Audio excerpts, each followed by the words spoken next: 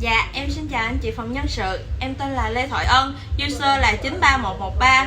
Hiện tại em đang làm trợ lý của Bách Hóa Xanh 213 Đoàn Hoàng Minh, tỉnh Bến Tre, thuộc khu vực AM Thanh Vũ. Tính đến thời điểm hiện tại, em đã đồng hành và gắn bó với Bách Hóa Xanh của mình được hơn 3 năm. 3 năm đó, em đã học được nhiều kinh nghiệm, kiến thức cũng như kỹ năng để phát triển bản thân mình hơn. Niềm vui hiện tại của em là vẫn còn là thành viên của Bách Hóa Xanh. Qua nhiều sự thăng trầm thay đổi, từ đợt dịch Covid, biến đổi mô hình Lê Trọng Tấn 3 tỷ, 5 tỷ đến mô hình hoàn toàn lột xác như bây giờ, tạo sự thoải mái, thuận tiện, thích nghi cho khách hàng đến và tin yêu với Bách Hóa Xanh nhiều hơn. Động lực hiện tại của em là nhận được chiếc mail thăng cấp và niềm tin đối với công ty là hứa giúp em gắn bó với công ty đến thời điểm hiện tại và lâu dài.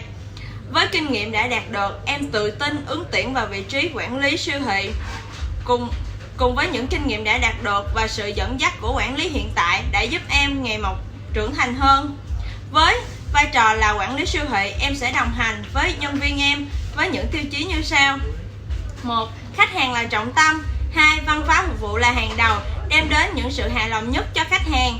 3. Chất lượng là sống còn, đem những giá trị tốt nhất đến tay cho khách hàng. 4. Giải quyết vấn đề một cách nhanh chóng và hiệu quả. 5. Đồng hành với nhân viên em những lúc khó khăn. 6. Truyền máu lửa, lan truyền máu lửa cho nhân viên và góp phần đưa doanh thu đi lên từng ngày.